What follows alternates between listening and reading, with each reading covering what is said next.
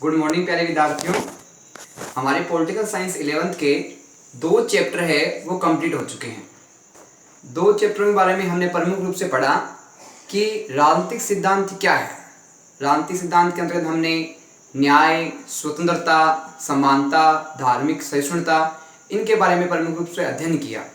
इसके साथ ही हमने सेकेंड जो चैप्टर है अपना, उसमें स्वतंत्रता का जो अर्थ है उसके बारे में प्रमुखतः अध्ययन किया। तो इन 2 चैप्टरों का अपना जो है वो पूर्णतः कंप्लीट हो चुके हैं वीडियो। और आज हमारा जो चैप्टर स्टार्ट होगा वो है संविधान क्यों और कैसे। ये हमारा चैप्टर है, इसके बारे में प्रमुखतः चर्चा करेंगे। तो सबसे पहले इस चैप्टर को स्टार्ट करने से पहले कुछ बातों को समझना आवश्यक है कि हम किसी समाज में रहते हैं, किसी राज्य में रहते हैं, किसी देश में रहते हैं, और मान लो कि वहाँ पे कोई कानून नहीं है, कोई नियम नहीं है, कोई व्यवस्था नहीं है, तो फिर समाज की स्थिति क्या होगी? समाज के नियम व्यवस्था किस प्रकार से बनी रहेगी? क्या समाज में शांति रहेगी, व्यवस्था बनी रहेगी, सभी एक दूसरे के साथ समान रहेंगे, असमानता नहीं करेंगे? तो ये चीज़ें क्या हो पाएगी क्या? लेकिन हम बात करें कि ये तो है जब कुछ नियम या कानून नहीं बने हो, ऐसी स्थिति की हम बात करेंगे कि जब संविधान नहीं हो तो क्या होगा, और संविधान है तो उससे क्या इफेक्ट पड़ता है समाज में रहने वाले लोगों के लिए। इसके बारे में प्रमुखतः चर्चा करेंगे। तो आज का जो हमारा टॉपिक है वो है संविधान क्यों और कैसे। बात आती है हमें संविधान की आवश्यकता क्यों है। सबसे पहले बात करते हैं हम संविधान है क्या। संविधान शासन व्यवस्था का एक ऐसा नियम और एक समूह है जिसके द्वारा किसी देश या राज्य की शासन व्यवस्था का सही तरीके से संचालन किया जाता है। एक प्रकार से हम ऐसी नियम प्रणाली कह सकते हैं जिसके अंतर्गत रहते हुए सरकार को अपने शासन का संचालन करना होता है, और उन नियमों के अंतर्गत रहते हुए सरकार क्या है कि अपना शासन करती है, नियम बनाती है, कानून बनाती है। लेकिन एक प्रकार से कहा जाए तो वो नियम और कानून किस आधार पर बनाती है? जो संविधान के द्वारा निर्धारित किए गए हैं, संविधान के द्वारा तो तय किया गया है, उसके आधार पर ही सरकार क्या है, नियम कानून बनाएगी। क्योंकि संविधान है वो कानून से ऊपर है और सर्वोच्च है। इस प्रकार से हम कह सकते हैं कि संविधान एक ऐसी शासन व्यवस्था है जिसके द्वारा देश की शासन व्यवस्था का संचालन किया जाता है, जिसमें एक नियमों का समूह है, सिद्धांतों का समूह है, जिसके अनुसार किसी देश का शासन का संचालन क्रमबद्ध तरीके से, सुव्यवस्थित तरीके से प्रमुखतः किया जाता है। अब हम बात करेंगे कि हमें संविधान की आवश्यकता क्यों है। इसके बहुत सारे पहलुओं को हम समझेंगे, उनको स्पष्ट करेंगे, तो ये बात हमारी एकदम क्लियर हो जाएगी कि हमें संविधान है उसकी जरूरत क्यों पड़ती है, क्यों हमें उसकी आवश्यकता है, और उसका समाज में किस प्रकार से प्रभाव पड़ता है, इसके बारे में प्रमुखतः अध्ययन करेंगे। सबसे पहले बात आती है संविधान तालमेल बढ़ाता है और भरोसा दिलाता है। संविधान है वो तालमेल बिठाता है और भरोसा दिलाता है, यानी समाज में जो रहने वाले लोग हैं वो क्या है कि उनकी जो स्थितियां हैं, उनकी जो परिस्थितियां हैं, उनको क्या है व्यवस्थित करता है, उनको सहमित करता है, और क्या करता है, भरोसा दिलाता है। किसके प्रति? संविधान के प्रति, संविधान के सिद्धांतों के प्रति। बात आती है आप एक बड़े समूह के सदस्य हैं, हमें राज्य या हमारे देश की बात कर लो। भारत एक बहुत बड़ा, जनसंख्या की दृष्टि से बहुत बड़ा देश है, और इसमें क्या है कि बहुत सारे समूह के लोग रहते हैं। तो समूह के लोग रहने के कारण क्या है कि बहुत सारी इसमें असमानताएं देखने को मिलती है। कुछ समानताएं हैं तो कुछ असमानताएं भी हमारे देश में देखने को प्रमुखता में मिलती है। बात आती है समूह के सदस्य एक दूसरे से भिन्न है, यानी समूह में रहने वाले जो लोग हैं, जो सदस्य हैं, वो सभी एक जैसे नहीं है, वो किसी न किसी आधार पे एक दूसरे से अलग है, भिन्न है। इस प्रकार हम समाज में रहने वाले सदस्यों को, हम सभी को एक जैसा नहीं मान सकते, सभी को एक समान दर्जा नहीं दे सकते, सबकी एक समान स्थितियां नहीं होती। बात आती है सबकी अलग अलग धार्मिक स्थिति। समाज में जो रहने वाले लोग हैं उनकी धार्मिक स्थिति भी क्या है, अलग अलग है। सब लोग हैं वो अपनी अपनी धार्मिक जो संस्थाएं हैं, धार्मिक कार्य हैं, उनको करते हैं। इस प्रकार से कहा जाए तो सभी जो लोग हैं रहने वाले, क्या उनके सभी के धर्म एक है क्या, या असमान है? तो हमें कुछ परिवर्तन देखने को समाज में मिलता है। इस प्रकार सभी जो समाज में रहने वाले लोग हैं उनकी धार्मिक स्थितियां एक जैसी न होकर भिन्न भिन्न हैं। बात आती है हिंदू, मुसलमान, ईसाई, समाज में जो रहने वाले लोग हैं वो क्या है, एक ही धर्म के नहीं है, विभिन्न धर्मों के लोग हैं। और विभिन्न धर्मों के होने के कारण क्या है कि उनकी धार्मिक स्थितियां, धार्मिक कार्य भी क्या है, भिन्न भिन्न है। समाज में विभिन्न धर्मों का समूह देखने को मिलता है, चाहे वो हिंदू हो, चाहे मुसलमान हो, चाहे वो ईसाई हो, सिख हो, बौद्ध हो, जैन हो, पारसी हो, किसी प्रकार के हो, तो बहुत सारे धर्मों के लोग हैं वो एक स्थान पे रहते हैं। तो हम देखते हैं कि उनकी धार्मिक स्थितियों में बहुत सारे टकराव उत्पन्न हो जाते हैं। तो टकराव उत्पन्न होने के कारण क्या है कि उनकी स्थितियों को सामान्य कैसा किया जाए, कैसे उनके बीच में समन्वय स्थापित किया जाए, इसके बारे में आगे हम प्रमुख चर्चा करेंगे। उससे पहले कुछ और स्थितियां जानते हैं जो हमें यह एहसास कराती है कि संविधान का क्या महत्व है, संविधान क्यों आवश्यक है। बात आती है कुछ ऐसे जो धर्म को नहीं मानते। हम अभी तक बात कर रहे थे कि देश में जो लोग हैं वो हिंदू धर्म के, मुस्लिम धर्म के, सिख धर्म के, जैन धर्म के, पारसी धर्म के हैं। लेकिन समाज का एक बहुत बड़ा भाग ऐसा भी है जो किसी भी धर्म को, किसी भी धार्मिक कर्तव्य को नहीं मानता। वो एक प्रकार से कहा जाए तो उनको नास्तिक कहा जा सकता है। वो किसी प्रकार के धर्म में किसी प्रकार की आस्था नहीं रखते, किसी प्रकार से उनमें धार्मिक विश्वास नहीं है। बात आती है लोगों के अलग अलग व्यवसाय। हम देखने को मिलते हैं कि जो लोग हैं उनके क्या व्यवसाय एक जैसे हैं सबके, या अलग अलग व्यवसाय हैं। तो हम देखते हैं कि कुछ लोग कपड़े सिलने का काम करते हैं, कुछ इमारतें बनाने का काम करते हैं, कुछ क्या है कि जो बिल्डिंगें बनाते हैं बड़ी बड़ी उनका मटेरियल तैयार करते हैं, कुछ है वो स्वास्थ्य का कार्य करते हैं, कुछ है जो शिक्षा का कार्य करते हैं, कुछ है जो धार्मिक संस्थाओं का कार्य करते हैं, कुछ है जो मोची का कार्य करते हैं, कुछ है जो सफाई का कार्य करते हैं। इस पर स्पष्ट होता है कि समाज में जो रहने वाले लोग हैं वो एक ही कार्य से नहीं जुड़े हुए, उनके कार्य क्या है, अलग अलग है, अलग अलग कार्यों से जुड़े हुए हैं। अब अलग अलग कार्यों से जुड़े होने के कारण क्या है कि उनके तरीके और पद्धतियां भी क्या है, अलग अलग है। बात आती है योग्यताएं व शौक अलग अलग। अब समाज में जो रहने वाले लोग हैं उनकी योग्यताएं हैं, उनकी जो अनुभव है, जो उनका प्रशिक्षण है, उनमें क्या समानता मिलती है या असमानता मिलती है। तो हम देखते हैं कि उनकी योग्यताएं भी क्या है, अलग अलग है सबकी। और इसके साथ क्या है, शौक, यानी सभी को अलग अलग कार्यों में रुचि है। किसी को खेलने में रुचि है, किसी को पढ़ने में रुचि है, किसी को गाने में रुचि है, किसी को अन्य प्रकार से जो कार्य हैं, अलग अलग खेलों में रुचि है। तो एक प्रकार से कहा जा सकता है कि लोगों के व्यवसाय अलग अलग होने के साथ साथ क्या है कि लोगों के शौक भी है, उनकी जो इच्छाएं भी है वो भी अलग अलग है। तो इस कारण क्या है, उसमें भी असमानता देखने को मिलती है। बात आती है समाज में कुछ गरीब और कुछ अमीर। समाज में रहने वाली जो जनता है, देश में जो रहने वाली जनता है, क्या वो सभी लोग अमीर है, क्या वो सभी लोग गरीब है। तो हम देखते हैं कि सभी लोग न तो अमीर मिलते हैं, न ही सभी लोग गरीब मिलते हैं। तो कुछ लोग तो अमीर है समाज में रहने वाले और कुछ क्या है, गरीब है। ये असमानता भी समाज में देखने को प्रमुखतः मिलती है।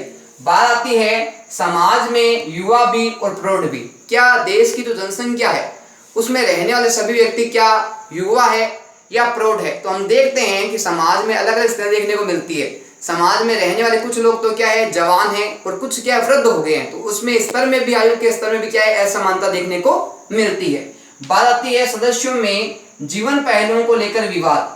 सदस्य हैं वो अपने जीवन से संबंधित विभिन्न कार्यों को लेके क्या है, आपस में विवाद उत्पन्न हो जाता है। कोई किसी कार्य को लेकर सहमत है, कोई किसी कार्य को लेकर सहमत नहीं है। कोई कुछ कार्य करना चाहता है तो कोई उस कार्य को रोकना चाहता है, कोई किसी चीज में प्रतिबंध लगाना चाहता है तो कोई उस कार्य को प्रोत्साहन देना चाहते हैं। तो ये भी समाज में प्रमुख रूप से विवाद देखने को मिलते हैं। बात आती है किसी व्यक्ति को कितनी संपत्ति रखने की अनुमति, यानी कोई व्यक्ति है तो वो अपने पास कितनी संपत्ति रख सकता है, और कोई व्यक्ति है किस आधार पे वो संपत्ति अपने पास रख सकता है। क्या इसके नियम और कानून बनाए गए हैं या किस प्रकार से उसको संपत्ति रखने का अपने पास अधिकार है। सभी बच्चों को विद्यालय भेजना अनिवार्य है। क्या जो सभी बच्चे हैं देश के, क्या वो सभी बच्चे विद्यालय जा रहे हैं या विद्यालय नहीं जा रहे। क्या कुछ बच्चे विद्यालय जा रहे हैं या सभी बच्चे विद्यालय जा रहे हैं। तो इसके बारे में भी क्या है कि कुछ सिद्धांत देखने को मिलते हैं। बात आती है माता पिता को निर्णय करना। अब माता पिता का यानी पेरेंट्स का ये निर्णय होता है कि बच्चे स्कूल जाएंगे या नहीं जाएंगे। तो इसके साथ ही क्या है, क्या सभी बच्चों को पढ़ने का अधिकार नहीं है, क्या सभी बच्चों को शिक्षा प्राप्त करने का अधिकार नहीं है। क्या माता पिता ये निर्णय करते हैं या बच्चों के भी निर्णय इसमें शामिल होते हैं। बात आती है सुरक्षा के लिए कितना खर्च। समाज में रहने के कारण, देश में रहने के कारण एक व्यक्ति को सुरक्षा बहुत आवश्यक होती है, लेकिन उसकी सुरक्षा किस प्रकार से क्या उसको मिलेगी? क्या उसकी सुरक्षा को समाज में खतरा है या उसका समाज में रहना सुरक्षित है? तो इसका निर्धारण भी क्या है कि समाज में रहकर ही किया जा सकता है। बात आती है बहुत सारे पार्क बनाने चाहिए या नहीं। पार्क है, जो उद्यान है, बगीचे हैं, क्या वो समाज में बनाने चाहिए या नहीं बनाने चाहिए? क्या उनकी आवश्यकता है समाज में या नहीं है? किस प्रकार से व्यक्ति के जीवन में एक पार्क और बगीचे का महत्वपूर्ण स्थान होता है या नहीं होता? किस प्रकार से उसको सुविधाएं प्राप्त होती है, किस प्रकार से सुविधाएं नहीं प्राप्त होती? बात आती है समूह को अपने ही कुछ सदस्यों के विरुद्ध भेदभाव। अब समाज में रहने वाले लोग हैं, वो क्या है, समूह के जो अन्य लोग हैं, क्या उनको अपने समान मानते हैं या असमान मानते हैं? क्या उनके साथ भेदभाव करते हैं या नहीं करते? तो उनके साथ भेदभाव होता है या नहीं होता? ये भी कुछ पहलुओं को समझना आवश्यक है। तो यहाँ कुछ बातें प्रमुख रूप से हमारे सामने आई। पहली बात ये हुई कि समाज में रहने वाले सभी लोग क्या है कि एक धर्म के नहीं है, सभी के अलग अलग धर्म हैं। तो कुछ लोग धर्म मानते हैं, कुछ लोग धर्म को नहीं मानते। इसके बाद हमने बात की कि समाज में रहने वाले लोगों के व्यवसाय क्या है, अलग अलग है, सभी अलग अलग कार्य करते हैं, सभी के आजीविका के अलग अलग साधन हैं। हमने बात की कि सभी बच्चों का क्या विद्यालय जाना अनिवार्य है या नहीं है? क्या समाज में पार्क की आवश्यकता है या नहीं है? समाज में व्यक्ति को कितनी संपत्ति रखनी चाहिए या नहीं रखनी चाहिए? इसके क्या सिद्धांत है, क्या नियम बनाए गए हैं, किस प्रकार से ये सारी व्यवस्थाएं हैं? एक समूह के जो लोग एक स्थान पर रह रहे हैं, उनका रहना सुरक्षित कैसे हो सकता है? किसी प्रकार की समस्या उत्पन्न हो जाए तो किस प्रकार के वो नियम को मानेंगे? ऐसी कौन सी व्यवस्था कर रखी है? तो इसके बारे में हम प्रमुख रूप से आगे चर्चा करेंगे कि संविधान क्यों प्रमुख रूप से हमारे लिए आवश्यक बताया गया है। अब बात आती है कि हमने बात की प्रमुखतः कि समाज में जो रहने वाले लोग हैं वो असमान हैं। असमान उनके व्यवसाय हैं, असमान उनके धर्म हैं, असमान उनकी नीतियां हैं, कार्य हैं, असमान उनकी संपत्तियां हैं। तो क्या जब असमान स्थितियां समाज में हैं तो फिर वो एक स्थान पर रहते हैं, तो उनका एक स्थान पर रहना कैसे संभव है? ऐसी कौन सा नियम, ऐसा कौन सा सिद्धांत है वो जो सभी लोगों को एक स्थान पर रखने के लिए प्रतिबंधित है, सभी लोग एक साथ आराम से रह सकते हैं? तो इसके लिए क्या किया जाए, कैसी व्यवस्था अपनाई जाए, इसके बारे में प्रमुखतः हम चर्चा करेंगे। बात आती है विभिन्नताओं के बावजूद समूह का एक साथ रहना, यानी समाज में विभिन्न धर्मों के, विभिन्न जातियों के, विभिन्न वर्गों के, अमीर गरीब या अनेक व्यवसाय अलग अलग करने वाले लोग क्या है कि विभिन्न विभिन्न होने के बावजूद भी क्या है एक समूह के रूप में, एक संगठन के रूप में, एक इकाई के रूप में साथ में रहते हैं। तो इसके लिए क्या आवश्यक है कि एक साथ रहते हैं? क्या ऐसे नियम बनाए गए हैं, क्या ऐसी व्यवस्था बनाई गई है? बात आती है सदस्य अनेक प्रकार से एक दूसरे पर आश्रित। हम देखते हैं कि एक व्यक्ति है वो अपनी आवश्यकताओं के लिए, अपने कार्यों के लिए दूसरे व्यक्ति पर निर्भर होता है। समाज क्या है कि एक आवश्यकताओं से साथ एक दूसरे के साथ जुड़ा हुआ है। एक सदस्य दूसरे व्यक्ति पर निर्भर है क्योंकि एक अकेला व्यक्ति है वो अपनी आवश्यकताओं को पूर्ति नहीं कर सकता, इसलिए वो किसी न किसी कारण से, किसी न किसी तरीके से दूसरे व्यक्ति पर निर्भर है और आश्रित बताया गया है। समूह को शांतिपूर्ण साथ रहने के लिए क्या चाहिए? ये जो सभी समूह हैं, सभी सदस्य हैं, धर्म है, वर्ग है, जाति है, व्यवसाय है, ये सब अलग अलग होने के बावजूद भी क्या है कि समूह को शांतिपूर्ण साथ रहने के लिए क्या करना चाहिए? क्या सभी लोग हैं ये शांतिपूर्ण तरीके से रहे, किसी प्रकार का विवाद नहीं हो इनके बीच में, किसी प्रकार का झगड़ा नहीं हो और एक साथ शांतिपूर्ण प्रेमपूर्ण रह सके? इसके लिए क्या होना चाहिए, क्या व्यवस्था होनी चाहिए? बात आती है बुनियादी नियमों के बारे में सहमत होना। कुछ ऐसे नियम, कुछ ऐसे सिद्धांत, कुछ ऐसे कानून होने चाहिए जिनके लिए ये सभी धर्मों के, सभी जातियों के, सभी वर्गों के, सभी व्यवसाय के, चाहे वो धर्म को मानने वाले हो चाहे नहीं मानने वाले हो, सभी क्या है उन बुनियादी जो नियम बने हुए उनके लिए क्या है सहमत हो जाए और सब उन सहमत होने के साथ उनको सहमति प्रदान कर दे कि हम इन सब नियमों को, इन कानूनों को मानने के लिए तैयार हैं। प्रत्येक सदस्य अपने आप सुरक्षित महसूस करेगा जब वो नियमों का पालन करेगा, नियमों के अंतर्गत रहते हुए कार्य करेगा और नियमों को अपने जीवन का महत्वपूर्ण हिस्सा बनाएगा। तब क्या होगा कि प्रत्येक सदस्य अपने आप को सुरक्षित महसूस करेगा, उसको असुरक्षा महसूस नहीं होगी, उसको ये नहीं लगेगा कि उसका दूसरे हैं उसका शोषण कर रहे हैं, दूसरे उसका अत्याचार कर रहे हैं, उसमें प्रतिबंध लगा रहे हैं। तो ऐसी जो असुरक्षा है व्यक्ति के मन में वो दूर हो जाएगी, क्योंकि व्यक्ति है वो अपने नियमों के और कर्तव्यों का पालन करेगा और किसी प्रकार से क्या दूसरे कार्य में बाधा हस्तक्षेप उत्पन्न नहीं करेगा। बात आती है समूह के सदस्यों के नियम निर्धारित। समूह में जो रहने वाले लोग हैं उनके कुछ नियम हैं वो निर्धारित हो जाए कि सभी अपना अपना कार्य करेंगे, सभी अपने अपने धर्म का महत्व समझेंगे, कोई भी किसी के दूसरे कार्यों में हस्तक्षेप उत्पन्न नहीं करेगा, किसी प्रकार से दूसरे कार्यों में बाधा उत्पन्न नहीं करेंगे, सभी शांतिपूर्ण तरीके से रहेंगे। ये कुछ बुनियादी आवश्यकताएं होनी है। तो इसके लिए क्या ऐसे नियम कानून बने हैं कि सारी व्यवस्थाएं देखने को मिलती है। बात आती है समूह को नियमों के बारे में जानकारी होना। अब जो नियम बनाए हुए हैं, जो कानून बनाए हुए हैं, जब बन तो गए ये, लेकिन अगर लोगों के पास इसकी जानकारी नहीं होगी, लोगों को इसके बारे में ज्ञान नहीं होगा, तो वो इन नियमों को समझेंगे नहीं, और नियमों को नहीं समझेंगे तो क्या होगा, वो नियमों का पालन नहीं करेंगे, नियमों को तोड़ेंगे। और जब उनको नियमों के बारे में जानकारी हो जाएगी तो वे नियमों को फॉलो करेंगे, उनका पालन करेंगे और अपने कर्तव्य को समझेंगे। बात आती है नियमों को समाज में लागू करना। अब ये नहीं है कि नियम बन गए हैं, कानून बना दिए गए हैं, इन नियमों को कानूनों को बनाने के साथ साथ क्या है कि समाज में लागू भी करना पड़ेगा। क्यों लागू होने के बाद में क्या है कि व्यक्ति में समाज में रहने वाले लोग हैं वो नियमों का पालन करेंगे और नियमों को तोड़ने का प्रयास नहीं करेंगे। बात आती है नियमों को न्यायालय में लागू किया जाएगा। अब बात आती है कि ये नियम है, ये कानून है, उनको लागू कौन करेगा, उनको लागू कहाँ किया जाएगा, तो ध्यान रखना उनको लागू किया जाएगा न्यायालय में। और न्यायालय का प्रमुख कार्य क्या होता है कि गलत सही का भेदभाव उसको दूर करना, और जो गलती करता है उसको सजा देना, और जो गलती नहीं करता उसको बरी कर देना, उसको स्वतंत्र कर देना। बात आती है न्यायालय में लागू होने पर लोगों को विश्वास। लोगों को इन नियमों पर विश्वास कब होगा, इन कानूनों में विश्वास कब होगा, तब न्यायालय क्या है कि इन नियमों को लागू कर देगा, इन कानूनों को लागू कर देगा। तो जब न्यायालय के द्वारा ये कानून लागू किए जाएंगे, ये नियम लागू किए जाएंगे, तो समाज में रहने वाला प्रत्येक व्यक्ति न्यायालय के भय के डर से इन नियमों को मानेगा, इन कानूनों को मानेगा। नियमों का पालन न करने पर सजा। अगर कोई व्यक्ति समाज में रहते हुए इन नियमों को, इन कानूनों को तोड़ता है तो उसको पर्याप्त रूप से क्या है, सजा दी जाएगी। क्योंकि सजा नहीं दी जाएगी तो समाज के जो अन्य व्यक्ति है उनके मन में जो नियमों कानूनों के प्रति जो भय है, जो डर है, वो समाप्त हो जाएगा। जबकि व्यक्ति में, समाज में रहने लोगों के मन में ये भय रहना आवश्यक है कि कानून को तोड़ने पे, कानून का उल्लंघन करने पे सजा दी जाएगी।